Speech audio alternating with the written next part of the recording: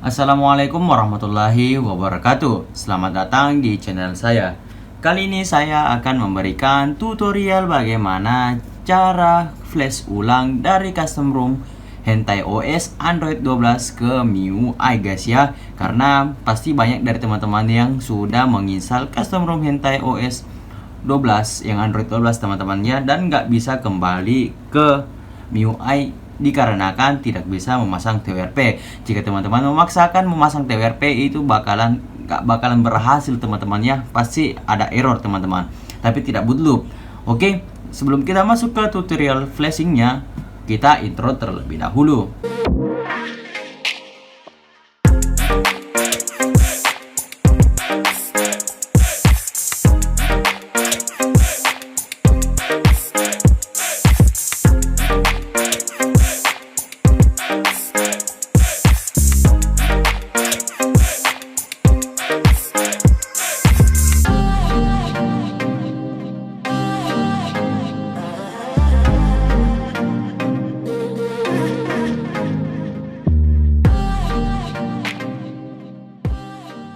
Nah, oke teman-teman, di sini saya sarankan teman-teman wajib membackup data-data kalian terlebih dahulu, dikarenakan untuk kembali ke MIUI dari custom ROM Hentai OS itu pasti memformat data-data kalian.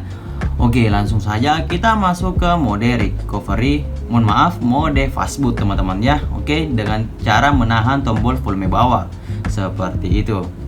Nah, teman-teman, di sini saya sudah masuk di mode fastboot dan langsung saja kita pindah ke komputernya.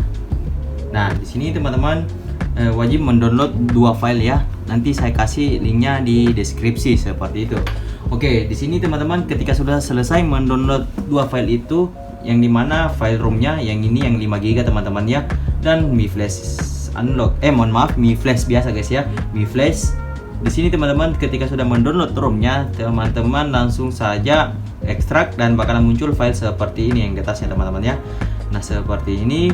Dan ketika teman-teman sudah selesai mengekstrak, itu ekstrak lagi sampai sudah menjadi folder seperti ini. Nah, oke. Teman-teman pastikan isi filenya seperti ini teman-teman ya. Tunggu saya buka. Nah, seperti ini. Oke, kita lanjut untuk aplikasi keduanya atau file keduanya, yaitu Mi Flash guys ya. Kalian install seperti biasa.